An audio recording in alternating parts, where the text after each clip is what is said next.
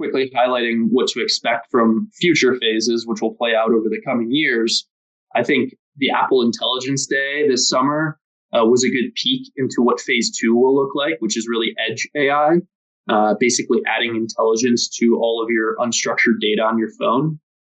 Best positioned companies will be those that have proprietary data and direct consumer ownership. And this should lead to massive new product cycles and potentially also spur new device innovations.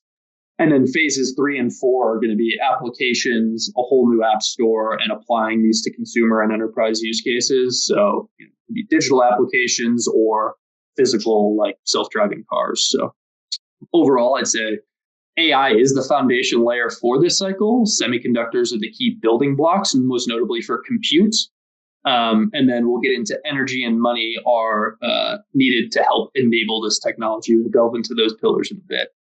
And so it's here, it's big, it's here, it's early, and it's quite large too. So this is from Bill Gates, who's been quite successful as well in terms of founding Microsoft. The development of AI is as fundamental as the creation of the microprocessor, the personal computer, the internet, and the mobile phone. It will change the way people work, learn, travel, get healthcare, and communicate with each other. That's a pretty powerful quote, again, from someone who recognized and capitalized on the last tech cycle. And I think all of these people who, the reason we're using these quotes is they tend to have a pulse on the waves of innovation and their impact.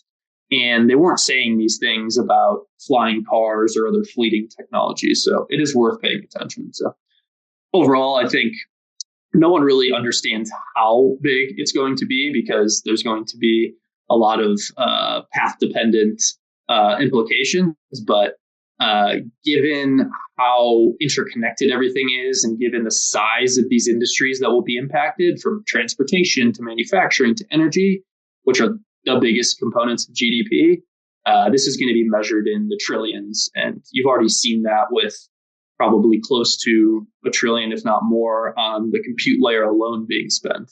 And it's going to create a lot of opportunity as this cycle progresses. And it's also growing, which is kind of obvious, but the rate of growth is pretty staggering. As I mentioned, current technological progress tends to be cumulative, and current technologies build upon prior technologies as well as the networks as their foundation. So the result is really explosive exponential growth. And so just as an example, it took Netflix 3.5 years to reach 1 million users. It took ChatGPT 5 days. It really just kind of shows the power of technology, most notably around distribution.